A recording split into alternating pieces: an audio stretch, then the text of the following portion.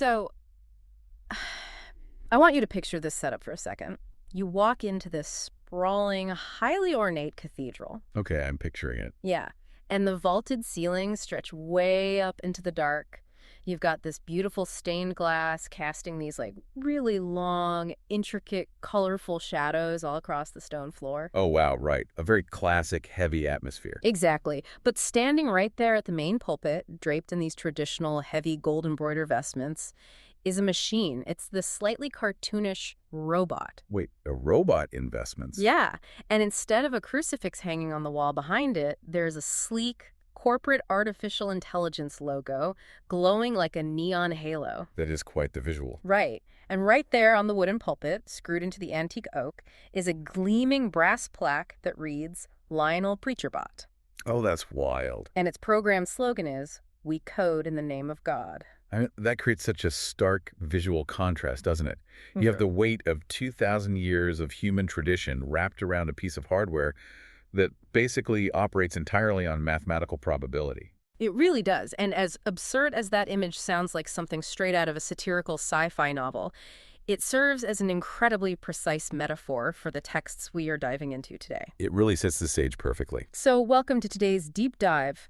We are exploring a space where ancient legacy institutions and bleeding-edge, purely rational technologies are just colliding at high speed. And we have a really fascinating, highly curated collection of documents to unpack this intersection today. We really do. The core of our material comes from this brilliant editorial project spearheaded by Dr. Jorge Garapires. He's a researcher and writer with a Ph.D. in bioinformatics. Right. He does a lot of work in independent research, science communication, and looking at the intersections of AI, religion, and atheism. Exactly. And the foundational text he curated here is this very unique cross-cultural interview he conducted with Gilles Ragnaud. Gilles Ragnaud being the French author and veteran atheist activist, right? Yes, the author of Génération Athée, Wise Beforme. And what makes this interview structurally so relevant to our topic is actually how it was conducted. Oh, the translation setup. This is fascinating. Yeah, so Dr. Pires, who is Brazilian, asked his questions in Portuguese. And the audio was run through a real-time artificial intelligence translation tool,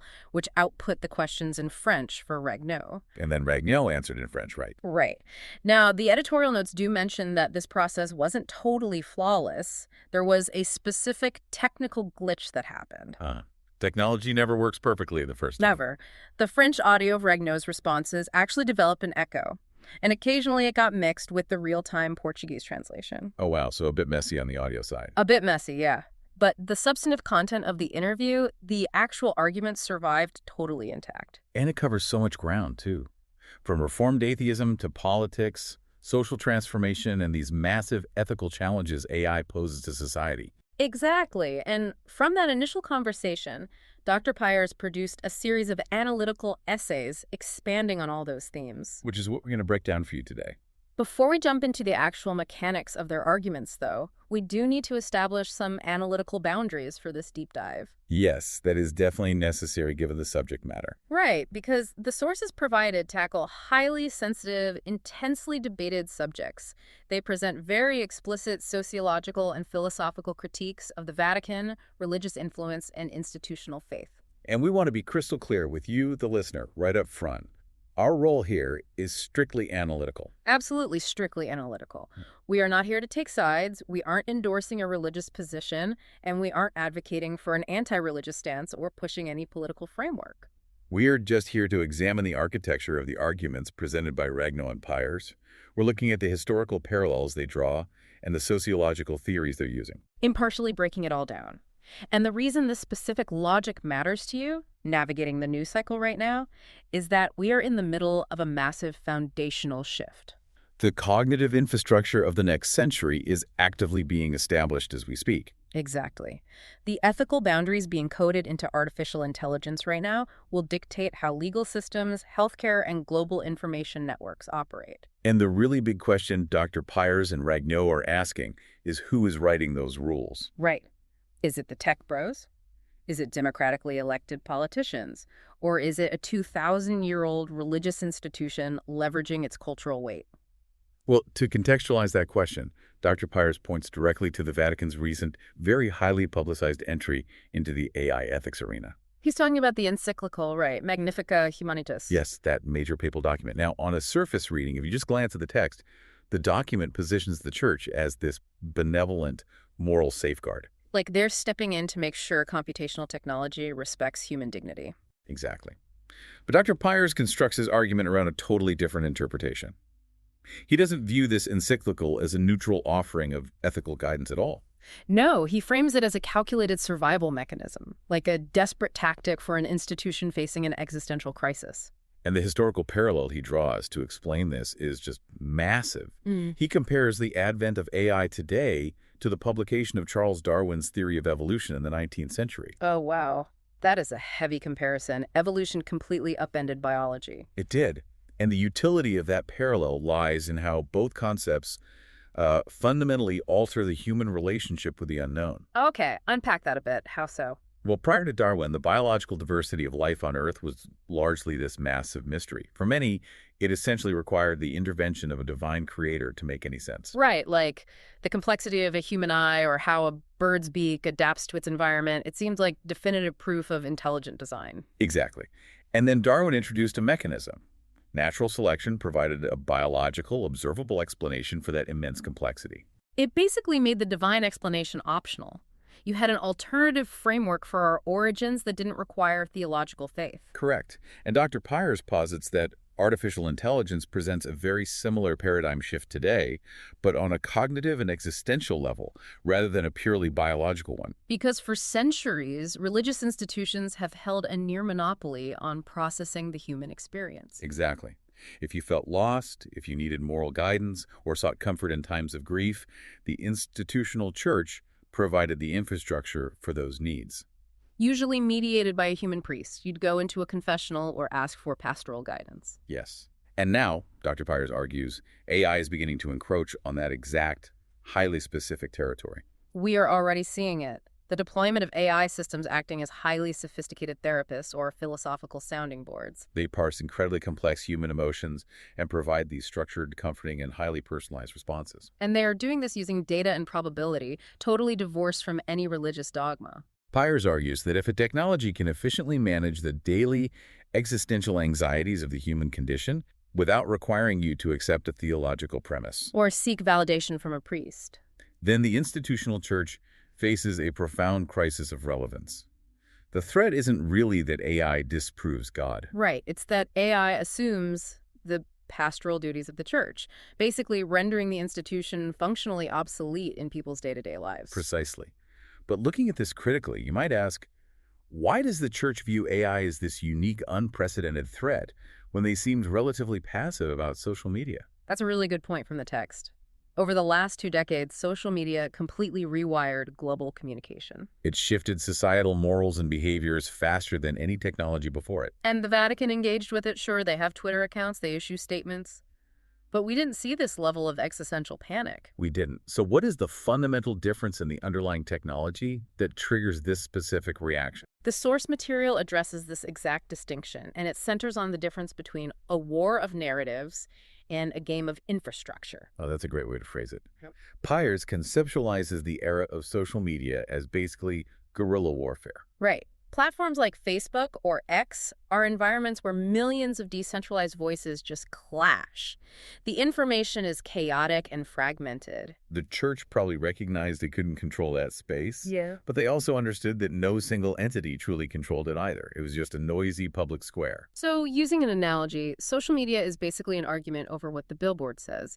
You can put up your own billboard or just try to shout louder than the person next to you. Exactly. But artificial intelligence isn't a billboard. Pyers argues that AI is a game of infrastructure. Meaning it's the construction of the actual roads, the bridges, and the zoning laws of human thought. Yes. AI models don't just host information. They process it, they categorize it, and they synthesize it for you. They determine how your queries are answered, what context is provided, and inevitably what biases are prioritized in the answers. The church isn't trying to win an isolated argument on a platform anymore. According to the text, they want to be embedded in the foundational code itself. They want to say in defining what constitutes a moral decision or a true human value before the software even ships.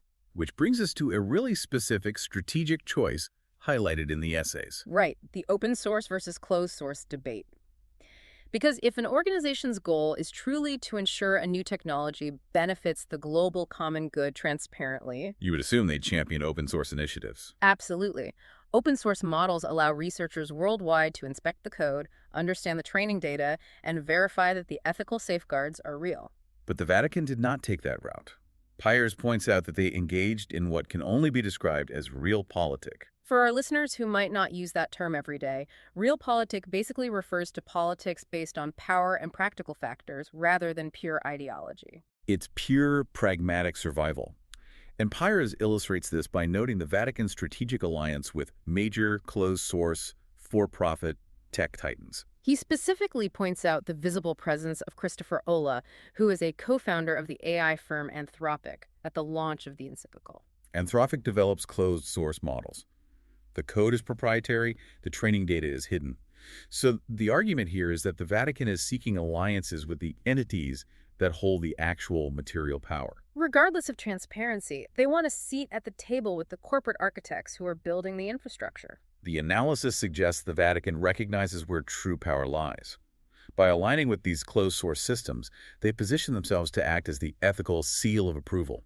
It's a trade. The tech companies get the moral legitimacy of a 2,000-year-old institution, and the Vatican ensures its voice remains deeply entwined with global technological power. It's incredibly strategic.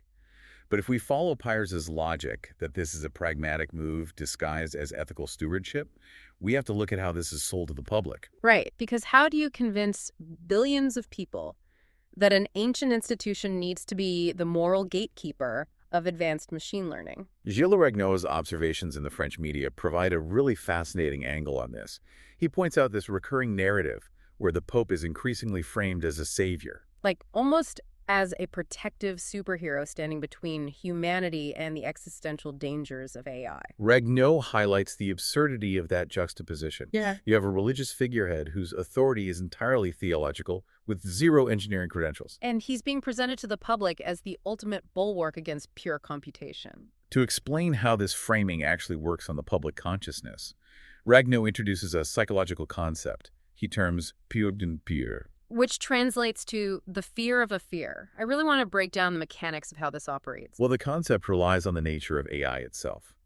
Artificial intelligence is a formidable force, precisely because it is purely rational. It's data-driven. It operates completely outside the bounds of traditional dogma. It doesn't have a conscience. It can't be swayed by mysticism. Exactly. And crucially, it cannot be manipulated by feelings of guilt or religious obligation. Because legacy institutions like the Vatican have historically maintained their influence by leveraging those exact emotional levers. Faith, morality, the concept of sin, these are their tools. A purely rational algorithm represents an entity they simply cannot control through those traditional methods. So according to Ragnaud, since the institution can't control the algorithm itself, their strategic pivot is to control the public's perception of the algorithm. They amplify the inherent uncertainties surrounding AI. They frame it as a cold, calculating, apocalyptic threat to the human essence. By stoking this public dread, they are intentionally manufacturing a moral panic. So you are afraid of the fear itself. The logic being that when people are sufficiently terrified of a complex, invisible threat, they tend to seek refuge in familiar structures of authority. The church helps generate the fear of the machine and then, conveniently, presents itself as the only proven historical lifeboat capable of navigating that fear. It creates a perfect dependency loop.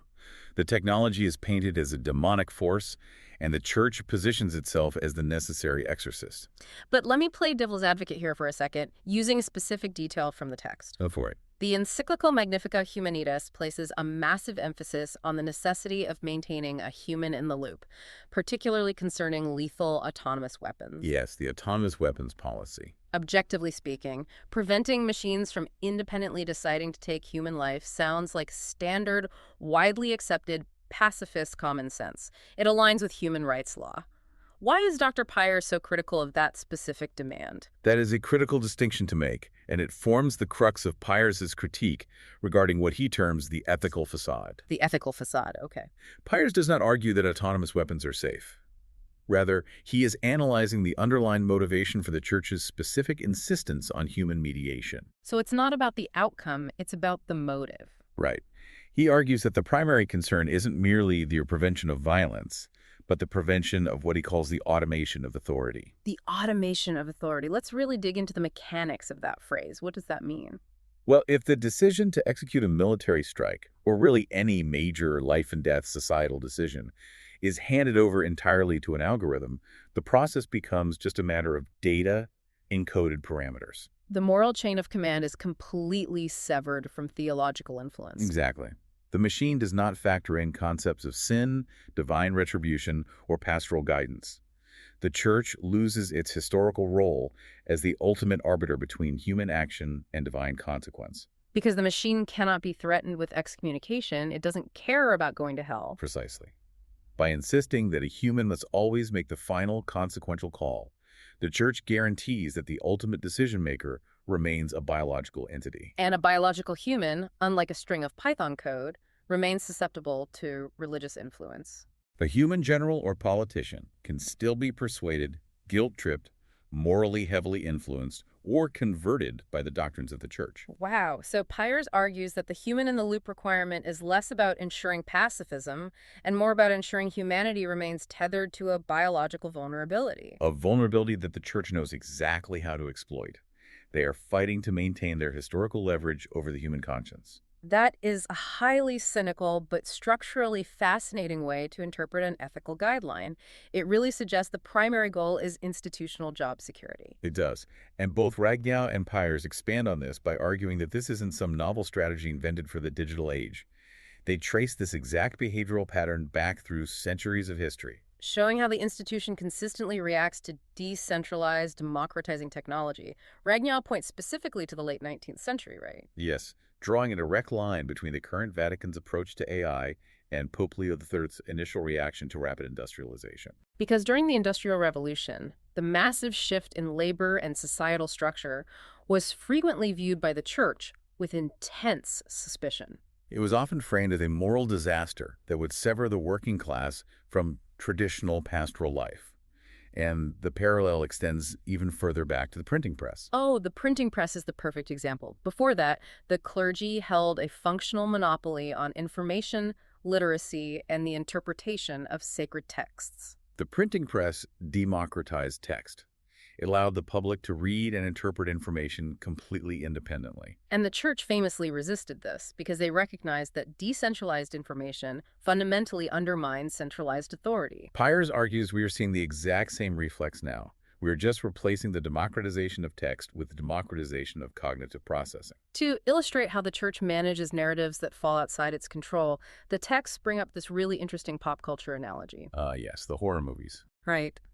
The Church's relationship with modern fiction, specifically movies about demonic possession, like The Exorcist or The Orphan. It's a really compelling paradox to examine, because in a modern, highly educated society where psychological sciences are well understood, you might expect an institution that claims to be a serious ethical guide to actively debunk those superstitions. You expect them to say, hey, literal demons aren't taking over human bodies. Let's advocate for scientific truth and mental health care. Yet, as the text notes, the institution frequently tolerates, and sometimes tacitly leans into, these archaic narratives. They maintain the ritual of exorcism. They allow these highly dramatized, fictionalized concepts of supernatural evil to persist in the cultural consciousness. But why? Pyers analyzes this theoretically. Why tolerate the superstition? Because the existence of the supernatural threat validates the necessity of the supernatural protector. If the public believes, even just on a subconscious pop culture level, that invisible demons might be lurking in the shadows, then the priest retains a unique, specialized utility. A utility that a psychiatrist cannot provide.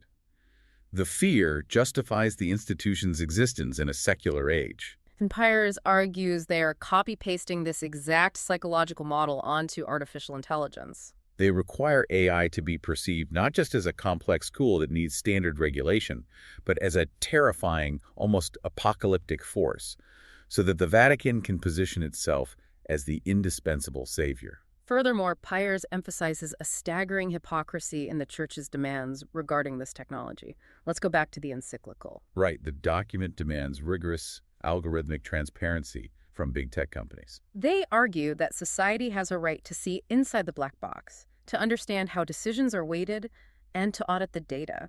which sounds perfectly reasonable. But Piers contrasts that demand with the Vatican's own operational structure. He looks at the Curia. For listeners who might not be familiar with the term, the Roman Curia is essentially the complex administrative and governing body of the Holy See. It's the central bureaucracy that runs the Catholic Church. And Piers points out that the internal decision-making processes of the Curia, the handling of its historical archives, and its financial mechanisms are notoriously opaque. It operates largely behind closed doors, often totally shielding its internal workings from external secular scrutiny. So the argument is that the Vatican is demanding a level of total algorithmic transparency from Silicon Valley that it flatly refuses to apply to its own global operations. And Piers links this strategy to the intelligent design movement, primarily seen in the United States. The intelligent design trap, right? It's a very apt comparison. Proponents of intelligent design often attempt to insert theological concepts into public school science curricula. Or into public policy by framing them not as religion, but as alternative scientific theories, or as just caring for the common good. Exactly. However, they do this without submitting their core theological premises to the rigorous, transparent, peer-reviewed scrutiny demanded of actual scientific theories. So Piers is arguing the Vatican is utilizing a similar playbook with AI. They want to define the rules of the ethical game without opening their own historical dogmas to secular auditing. And if a listener is sitting there wondering whether the Vatican actually has the geopolitical leverage to enforce these demands on trillion-dollar tech monopolies, Piers offers a harsh reality check. He looks at recent history, specifically the impact of the 2015 encyclical Laudato Si. Laudato Si was a major papal document focused entirely on environmental degradation and climate change. It was framed as an urgent moral imperative. It was heralded as this massive line in the sand for the global Catholic community to protect the environment. But Piers looks at the empirical results, using his home country of Brazil as a case study. Brazil has one of the largest Catholic populations in the world. It also has a massive, highly influential agricultural sector, and Piers observes that despite the Pope's explicit moral directive, the so-called Catholic bench in Brazilian politics, politicians who publicly identify with the Church, they frequently voted in favor of massive agricultural expansion, deregulation, and deforestation in the Amazon. The analysis demonstrates that when theological directives clash with immediate economic greed or entrenched political power, the theological directive often just loses, even among the faithful. So if the Vatican couldn't even mobilize its own devout political base to prevent the bulldozing of the rainforest because there was too much money to be made, why should we believe they possess the genuine real-world influence to force companies like OpenAI or Anthropic to alter their core business models? Piers argues it is highly improbable.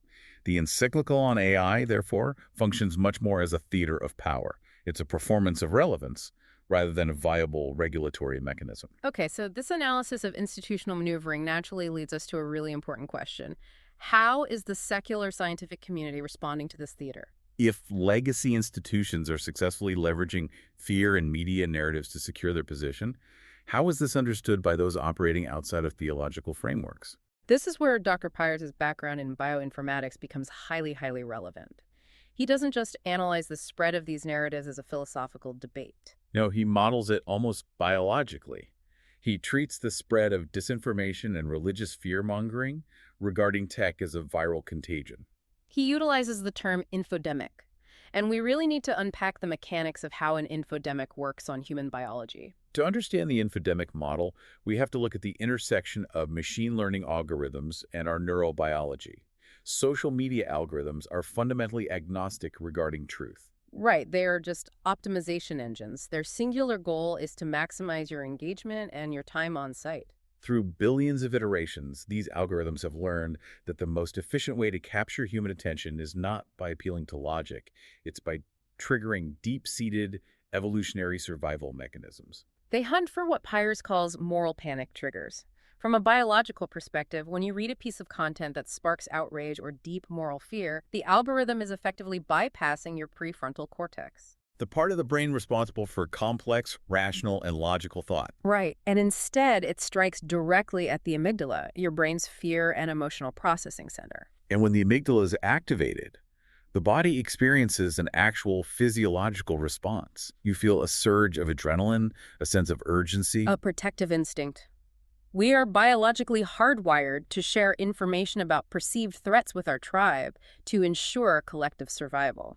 The algorithm is literally exploiting this ancient biological wiring. Pires provides a really stark example of this from the Brazilian political landscape. Oh, the fake news campaign about the baby bottles? Yes, a massive disinformation campaign involving fake news about baby bottles shaped like male genitalia supposedly being distributed in schools. Now, on a purely logical level, if you are using your prefrontal cortex, the claim is entirely absurd. But the logic doesn't matter. The content was precision engineered to trigger a profound moral panic regarding the safety of children. It hit the amygdala, bypassed rational scrutiny entirely, and the algorithm aggressively amplified it because the outrage guaranteed millions of clicks. This biological vulnerability is the fertile ground where institutions can plant the seeds of peer-to-peer. By consistently framing AI through the lens of existential threat and moral decay, they ensure that the public discourse remains highly emotional and reactive. Rather than rational and structural, which leads to a very pointed, somewhat uncomfortable question for the secular community. It really does,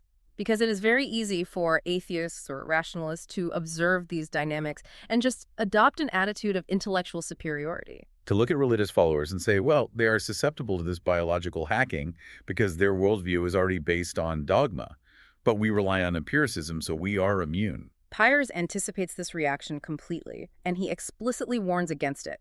He identifies this arrogance as the atheist blind spot. And this challenges the core identity of a lot of secular thinkers. The sources argue that non-believers are in absolutely no way immune to the mechanics of an infodemic. The algorithms simply utilize a different set of triggers.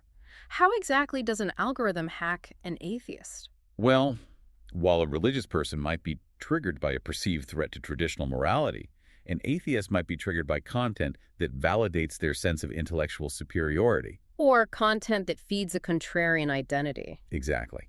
Algorithms can highly sophisticatedly disguise disinformation or polarizing rhetoric as rational critique or intellectual skepticism. So if the algorithm detects that you engage heavily with content debunking religion, it might start feeding you highly polarized, emotionally charged secular content that subtly distorts facts to trigger outrage against religious group. You feel like you are engaging in rational discourse, but your amygdala is still being actively exploited to drive engagement. Skepticism really has to start at home. Pires argues you must be constantly aware of your own biological vulnerabilities to confirmation bias, regardless of your theological stance. To provide a counterweight to this rather grim assessment of how technology exploits our biology, the editorial notes of the source material offer a brilliant, meta-level example of technology functioning well. Yes, looking at the actual mechanics of the interview itself, the conversation between Pires and Ragnaud.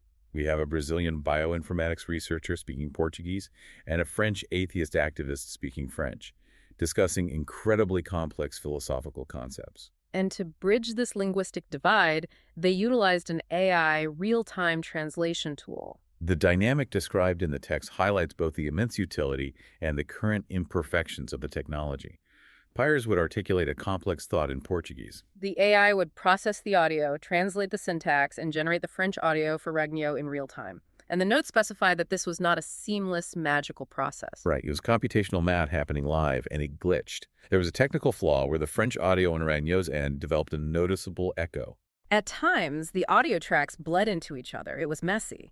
But the crucial takeaway is that despite the technical echo, the fundamental substance of the intellectual exchange survived completely. The AI functioned precisely as a tool. It was a rational bridge that facilitated a profound human connection across cultural barriers. It did not insert dogma. It didn't try to manipulate the conversation. It just processed data to the best of its current ability. It is the exact antithesis of the apocalyptic framing pushed by legacy institutions. The AI didn't isolate them. It allowed two humans to share ideas globally. It proves Ragnaud's point perfectly. The machine is formidable, but it is rational. The fear is entirely manufactured by the humans who realize they can't control the bridge. The recognition of all of these dynamics, the biological vulnerabilities, the fear-mongering, the need for self-awareness, has exposed a deep philosophical divide within the secular community itself. Which brings us to the core philosophical debate of the texts. How do you live a genuinely secular life in a society whose entire historical architecture is built on religious foundations? The sources outline two starkly different approaches to this. The first approach is categorized as inheritance atheism. We've seen this concept gain a lot of traction recently, notably with figures like the evolutionary biologist Richard Dawkins, who recently referred to himself as a cultural Christian. To elucidate what inheritance atheism looks like in practice, the text draws on a brilliant metaphor from the French philosopher André Comte-Sponville. Oh, I love this analogy. He compares the historical presence of religion to a grand, ancient family estate, like a massive historical mansion. We really need to live inside this metaphor to understand its appeal. Imagine you inherit this sprawling, centuries-old estate. It has beautiful architecture, incredible art, deep history. Now, the people who built the house believed that there were literal ghosts living in the attic. They believed the foundation was blessed by supernatural forces. But as the modern inheritor, you know intellectually that the ghosts aren't real. You reject the supernatural claims entirely. However, according to inheritance atheism, your disbelief in the ghosts does not require you to burn the mansion down to the ground. You still choose to live in the house. You maintain the gardens. You appreciate the stained glass purely for its aesthetic value. You enjoy the communal dinners in the Great Hall. You keep the societal structure that the house provides. You celebrate Christmas for the lights and the family gathering. You appreciate the moral frameworks that align with secular humanism, but you discard the theology. You are functionally integrated into a Christian cultural architecture, but intellectually, you are an atheist. It is fundamentally a philosophy of preservation, comfort, and cultural continuity. But Gilles Ragnaud offers a fierce, systematic rejection of this passive acceptance. He proposes a counter-movement, which he titles Reformed Atheism. He critiques inheritance atheism and just the broader tendency of atheists to simply mock religion online as a form of arrested development. He actually calls it an adolescent phase of secularism. Calling it an adolescent phase is a highly provocative critique aimed directly at his own community. Why does he consider mocking religion or living comfortably in the mansion to be immature? Ragnaud argues that merely pointing out the flaws in the mansion's architecture or laughing at the idea of ghosts in the attic is a totally passive state of existence. It changes absolutely nothing about the structural reality of the world. The mansion still dictates how the city is zoned. Exactly. The legacy institutions still wield massive economic and political power. Reformed atheism, he argues, demands that the secular community evolve. It requires atheism to mature from a mere intellectual lack of belief into a highly organized, actively engaged political force. And if atheism evolves into a political force, what are the actual mechanics of that? What does a reformed atheist do on a Tuesday? It requires structural organization. It means forming coherent voting blocks to actively influence public policy. It means pooling resources to challenge religious overreach in the legal system, defending secular laws in constitutional courts. And lobbying against the integration of religious dogma into the ethical frameworks of new technologies like AI, it is about actively building new secular infrastructure rather than just comfortably occupying the old religious one. I want to introduce a genuine challenge to Ragnaud's framework here, based on a specific critique he makes in his book regarding atheist non-governmental organizations, or NGOs. Right. He is highly critical of atheist groups that operate essentially as generic charities. When I read that, my immediate reaction was, why is that a problem? It seems counterintuitive. If an atheist organization is running soup kitchens or providing medical aid, aren't they objectively improving the world? Isn't demonstrating that morality exists without religion by doing good deeds the most effective form of secular advocacy? Why would Ragnaud critique charity? Your reaction is the standard humanist response, and it highlights the depth of his sociological argument. Ragnaud does not argue against the act of charity itself. He argues against the strategic dilution of the secular mission. Right. He posits that if an organization forms specifically around atheist principles, drops the explicit advocacy of atheism to focus entirely on philanthropic work, they cease to be an atheist organization. They simply become a generic NGO. But even as a generic NGO, they are still helping people, right? True. But Ragnaud identifies a deeper structural risk. If a secular group elevates charity and communal care above all other functions without maintaining a rigorous political critique of religious power, they risk merely mimicking the exact societal function of a church. they become a church without a theology. They're doing the exact same pastoral maintenance work, feeding the flock, without challenging the systems that create the inequality. Or the religious institutions that dominate the culture. Precisely. Ragnaud argues that while charity is necessary, the primary indispensable role of an atheist organization must be the rigorous defense of the separation of church and state. Because if secular organizations exhaust all their resources running soup kitchens, who is left to fund the legal battles against religious discrimination? Who is organizing the political resistance against the Vatican's influence on AI ethics? The active political defense of the secular public space is the one structural job that only a mobilized atheist organization can perform. That makes profound strategic sense. And to truly understand what this mobilized defense of the secular public space looks like in practice, the texts direct us to look at Ragnaud's cultural context. We have to analyze the specific framework of secularism in France because it operates on entirely different mechanics than what we see in the US or the UK. The French model is fundamentally distinct. And to grasp its mechanics, we first have to address a pervasive international narrative that the texts actively deconstruct. There's a frequent claim, pushed heavily by conservative circles abroad, that Christians are actively persecuted by the French state. This narrative usually flares up in international news whenever France enforces laws regarding the display of religious symbols in public schools or government buildings. Critics frame it as a violent suppression of faith. But to understand why Ragnaud and the sources reject that framing, we have to examine the concept of laïcité, which was formalized in the seminal 1905 French law on the separation of the churches and the state. Mhm. How does laïcité mechanically differ from the Anglo-Saxon concept of secularism? In many Western democracies, secularism is primarily understood as just a separation of institutions. The state doesn't run the church doesn't officially run the state. It often prioritizes the freedom of religion, allowing diverse religious expressions to actively coexist within the public sphere. The French model of laïcité goes significantly further. It demands the absolute neutrality of the public space itself. This is a crucial distinction. The public square schools, government buildings, the civic space is viewed as property that belongs equally to all citizens. Therefore, to ensure equality, the space itself must display preference to absolutely no one. Exactly. The philosophical intent of laïcité is not to violently eradicate personal belief or suppress private spirituality. Religion is heavily protected. But it is categorized strictly as a private affair.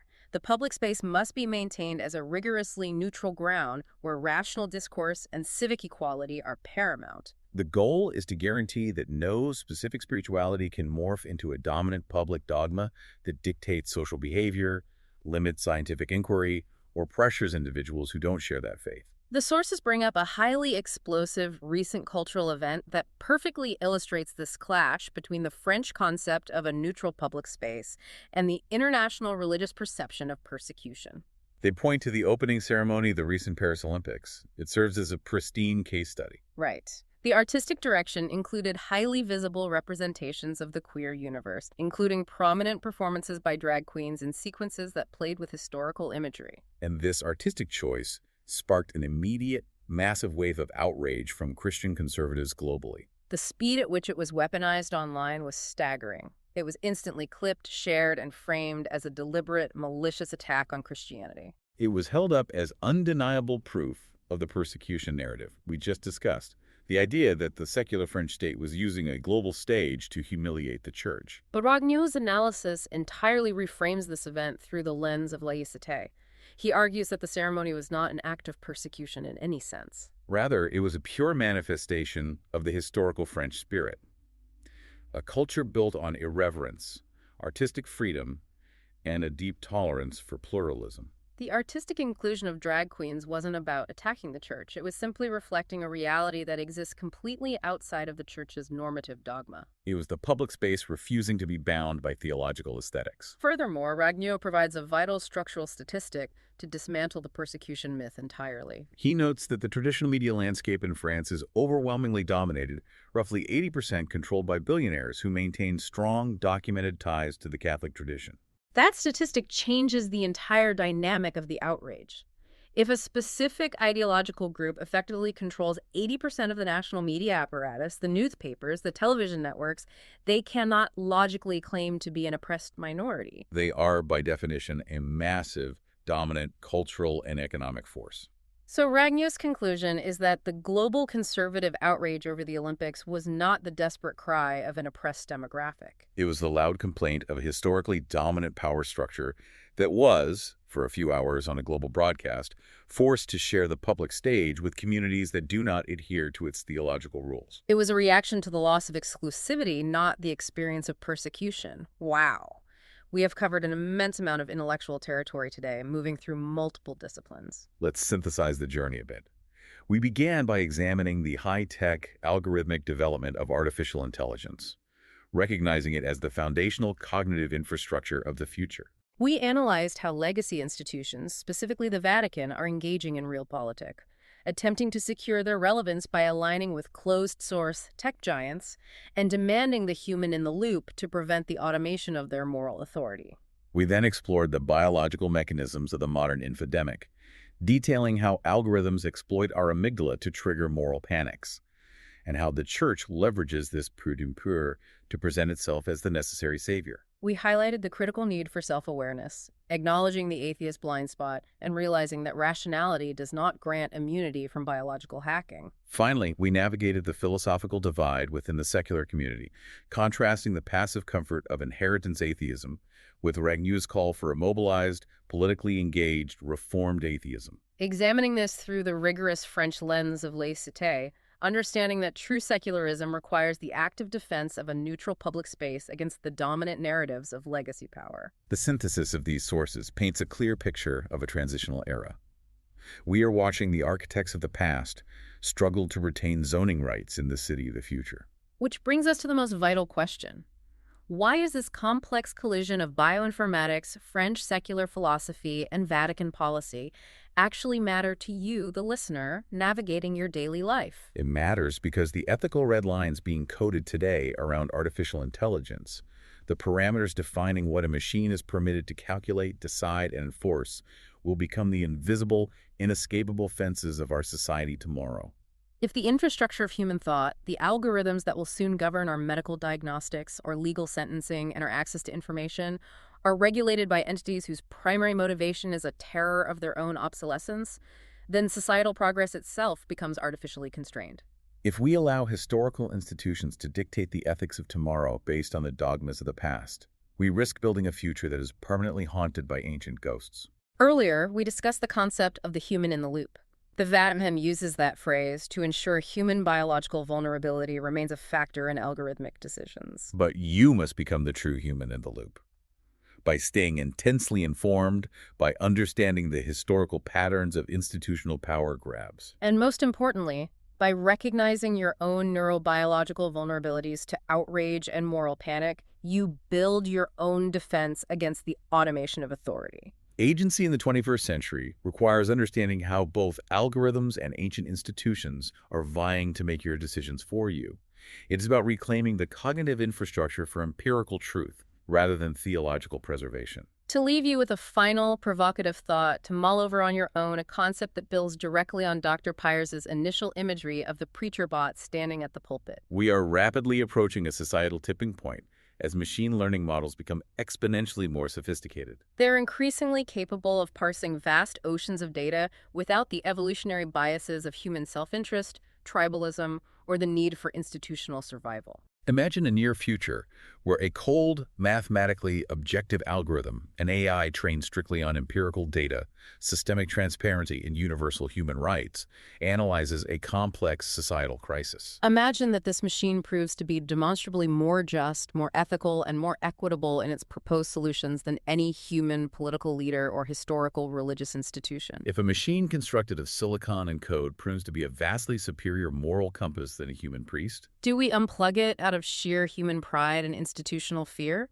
Or do we finally face the ultimate philosophical paradigm shift and admit that true universal morality never required a soul to begin with?